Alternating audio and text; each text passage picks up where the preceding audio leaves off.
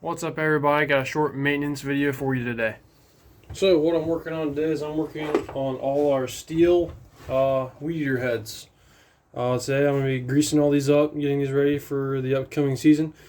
Doing these, you should normally do these about every 25 hours. I think we do ours a little bit longer than 25 hours, if I'm pretty sure, because we honestly don't keep up with it as much as we should. But as a general rule, you should do this every 25 hours. These being steel heads, we bought the usual steel grease. Focus. Okay. Steel grease. Bought this at a steel dealership.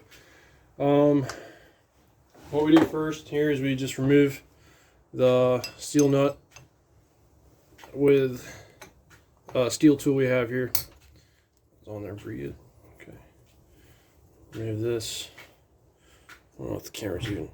It's camera. Okay. Remove the steel nut. So these steel tubes, what these do, come on, focus. Okay, these just screw directly into the grease port, like so. And you administer the grease. You have a few squeezes. Sure to spin the weed eater head. Make sure it's getting in there. I don't think you have to do too much with this. Just make sure. Just definitely make sure there's grease in there. If you're running it with no grease, you're going to destroy it. But just make sure there's enough grease in there. I think that's good. Then just put the nut back on.